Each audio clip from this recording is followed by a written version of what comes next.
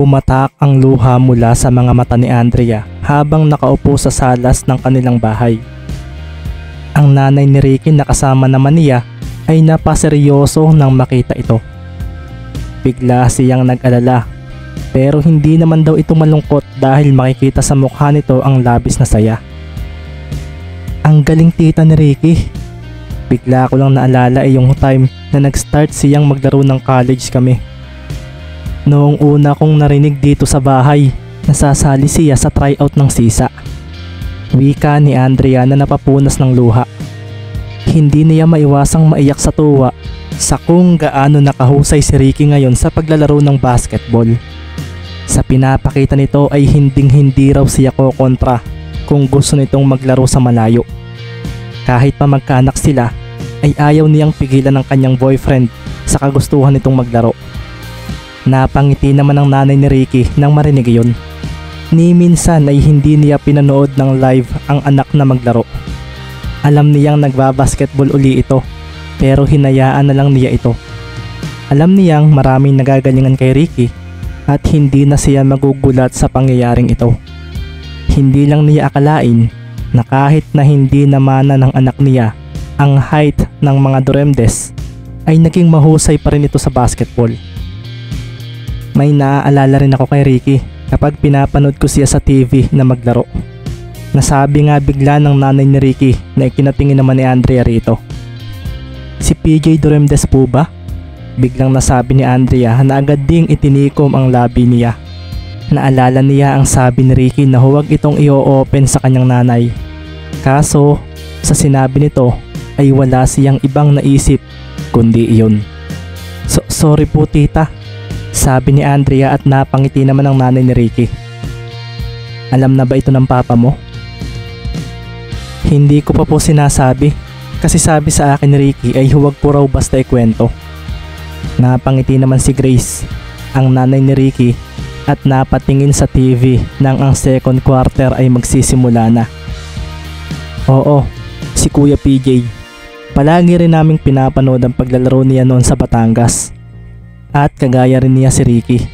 Magaling maglaro, masaya sa basketball, at hindi basta napapagod. Naalala ko pa nga na ilang beses siyang pinapalo ng ama namin dahil ilang araw siyang hindi nabalik sa bahay. Nakakaabot siya ng Bulacan, minsan sa Bicol. Ganoon niya kahilig ang basketball. Maraming lugar siyang napupuntahan para maghanap ng magagaling na players. Napapangiting kwento ng nanay ni Ricky. Si Andrea naman ay medyo namangha sa kanyang mga narinig. Mabuti na nga lang po at si Ricky ay hindi lumalayo. Natatawang sagot ni Andrea at marahang napangiti si Grace nang marinig iyon. Si Richard, ang panganay raw niya, ang nakamana ng bagay na iyon. Siguro. Pumasok na nga ang mga maglalaro sa second quarter at ipinasok nga ni mover sina Jake Marcos at Romeo Baltasar.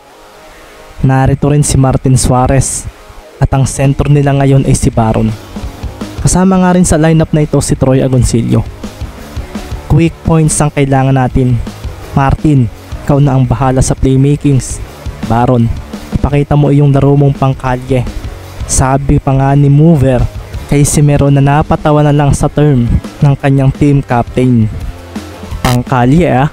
Sige, sabi ni Baron, at nang makita niyang hindi ipinasok si Magbuo ng coach ng Mansalay ay nakaramdam siya ng kaunting advantage. Wala ngang choice si Coach Isaiah kundi ang ingatan si Marlon. 2 foul kasi agad ang nakuha nito noong unang quarter. Napatingin nga rin siya sa ipinasok na lineup ng Kalapan at napansin niyang mga shooters ito. Small ball lineup din sila, kung kaya bilisan daw ang magiging galaw ng mga ito. Tumayo na nga si Ricky Mendez na balak sana muna niyang pagpahingahin, kaso mukhang wala raw plano ang batang ito na gawin niyon. Napatingin na nga lang siya sa kanyang players. Kasama ni Mendez na pumasok sa loob si Gerald Valdez, Dwayne Alcoba, Carlo Tuason at ang backup center na si Marcus Punsalan. Huwag kang matakot na makipagbalyahan sa ilalim. Baback up kami sa'yo, sabi nga ni Gerald dito, at ang venue ay muli na namang umingay nang magsimula na ang ikalawang quarter ng laban. Sa Calapan City Beasts ang bola at sa pagdating ni Suarez sa side nila ay dito na nga bumigla ng galaw sina Troy, Jake at Romeo. Umikot sila sa loob ng court at dito na nga napatras si Suarez ng isang screen ng binigay sa kanya ni Baron. Dito na nga siya tumakbo upang gamitin ito. Si Baron nga ay binangga ni Ricky at nang makatakas si Suarez dito ay doon na nga niya inatake si Punsalan na napaseryoso agad nang bumigla ng pagbilis ang point guard ng kalaban. Inatake ni Suarez ang basket at mabilis na gumalaw si Alcoba para pigilan ito. Kaso nang salubungin niya si Martin ay bigla itong lumingon sa naiwang si Troy Agoncillo. Ipinasa niya rito ang bola at wala itong kabantay-bantay nang nagpunta ito sa corner 3-point area. Nagpakawala si Agoncillo ng 3 at hinalit nito ang basket. Kasabay rin ito ay ang mabilis nilang pagtakbo sa side ng Mansalay. "Depensa, dikitan lang ninyo ang katapat ninyo," sabi pa nga ni Mover na nakatayo sa may bench nila.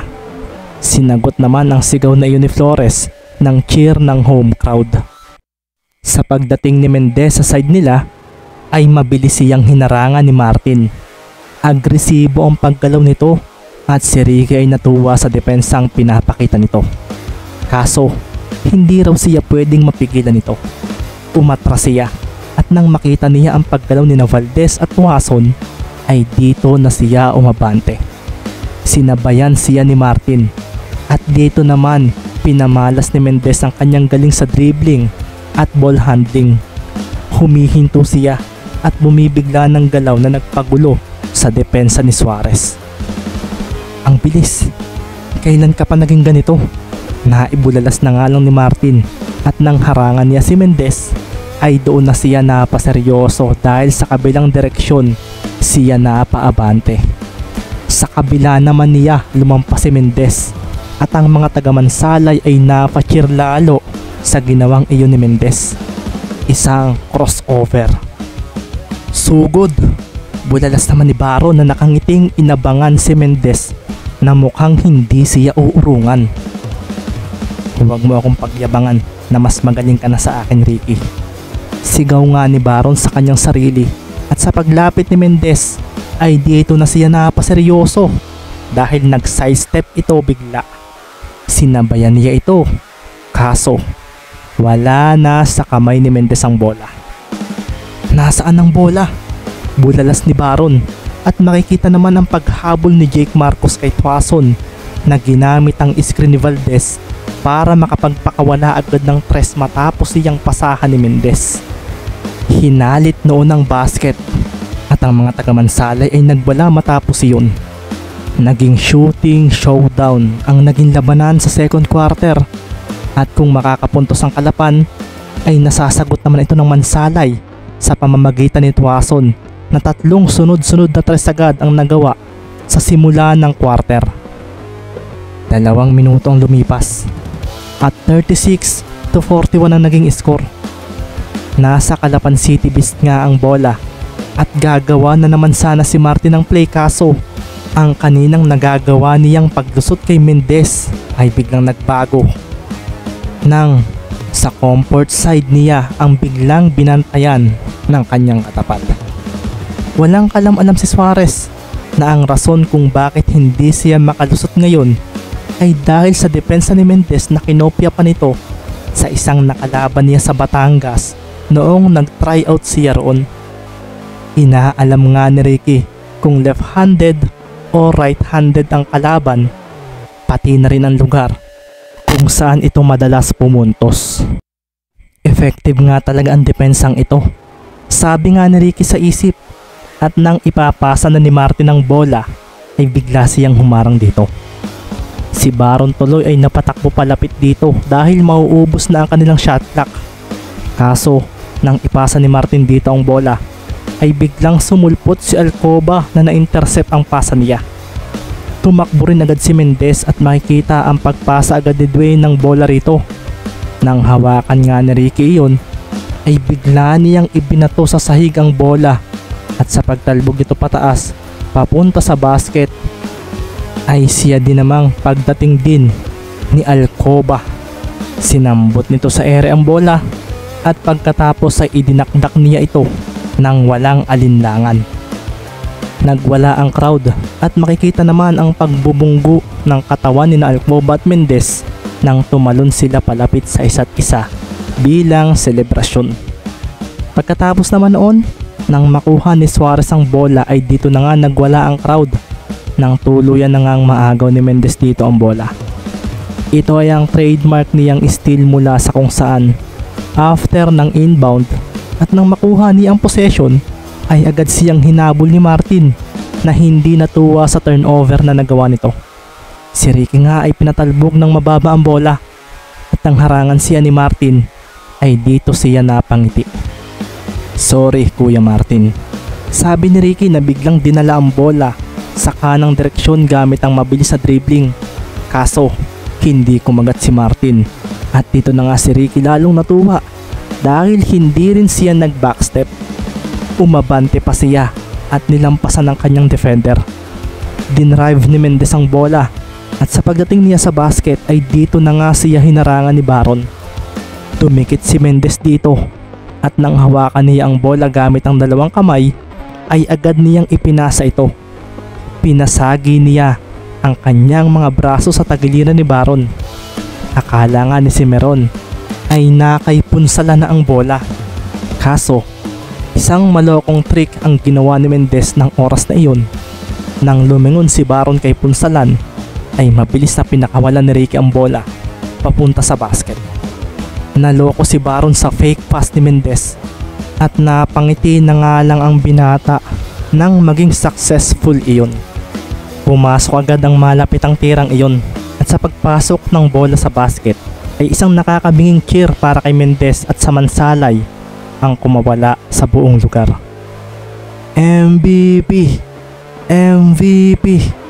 MVP! MVP! Napailing na lang si Baron sa ginawa ni Ricky. Nginitian naman siya nito at parang hindi niya kayang angasan ito ngayon dahil naisahan siya ng play na iyon. 36-45 ang naging score at halos hindi na nga marinig ang cheer ng mga taga-Kalapan dahil lalong lumalakas ang cheer para sa home team. Pumalik ang possession sa Kalapan. Nakakuha nga si Romeo Baltasar ng espasyo at nagpakawala siya ng tres matapos ang pass sa kanya ni Martin.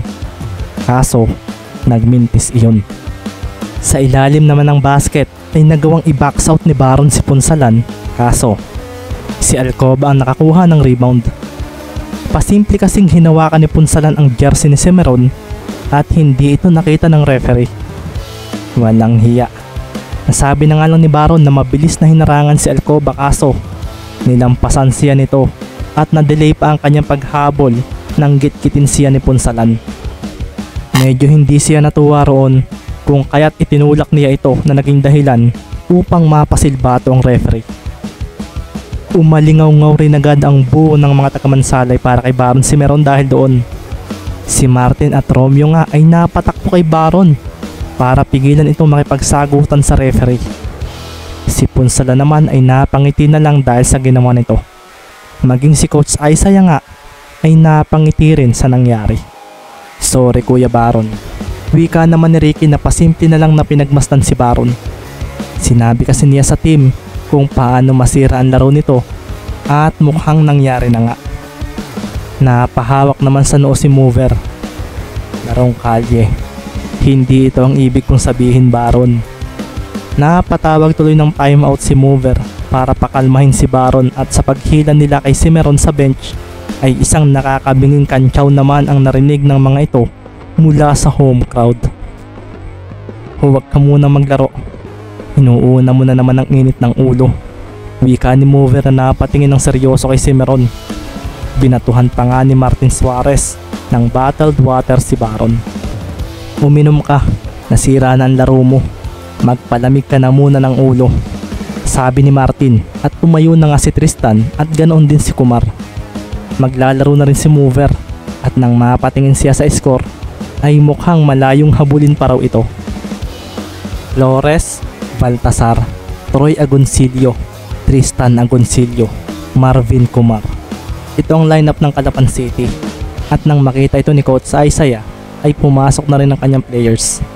Mendez, Valdez, Tuason, Alcoba, punsalan pa rin ang kanyang lineup. Alam niyang medyo lugi sila sa ilalim sa pangyayaring ito, pero titingnan daw muna niya ang mangyayari bago niya ipasok si Magbuo. Dahil sa foul na ginawa ni Baron ay bumalik sa Mansalay ang bola. Dito na nga mabilis na sumusubok na tumakas si Ricky sa depensa ni Mover. Seryoso naman kasing dumepensa si Flores at dito na nga napatakbo si Gerald para sa screen. Sa pagkadali ni Mover ay doon na kumawala si Mendez. Si Troy na nga ang naging bantay ni Ricky at dito naman ay biglang ginamit ni Tuason ang screen ni Alcoba. Isang bounce pass agad ang ginawa ni Mendez papunta rito.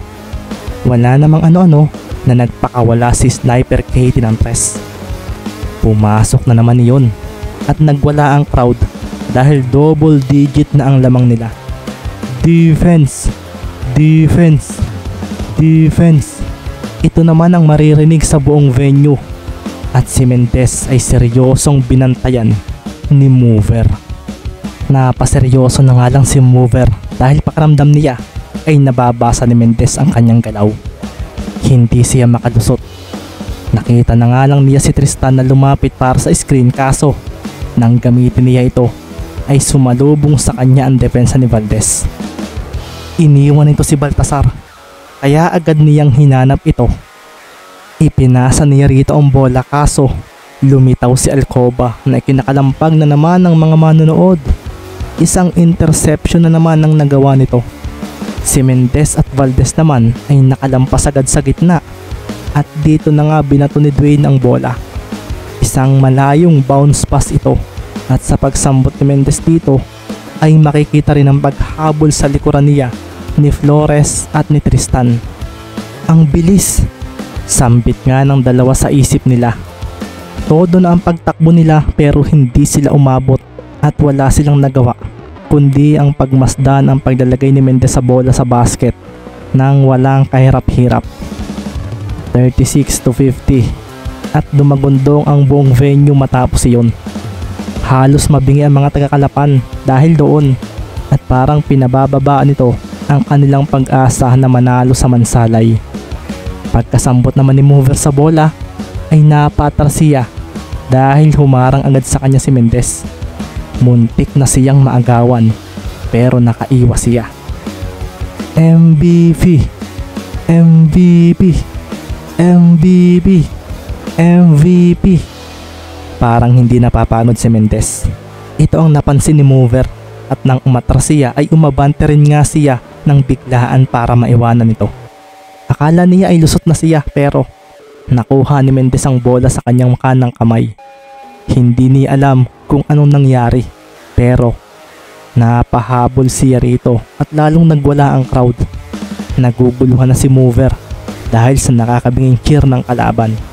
Si Ricky naman ay nginitian siya at sa paglapit niya ay napatalon siya dahil akala niya ay tatalon nito. Kumagat siya sa fake ni Mendez. Bumaba naman bigla ang katawan nito at yumuko.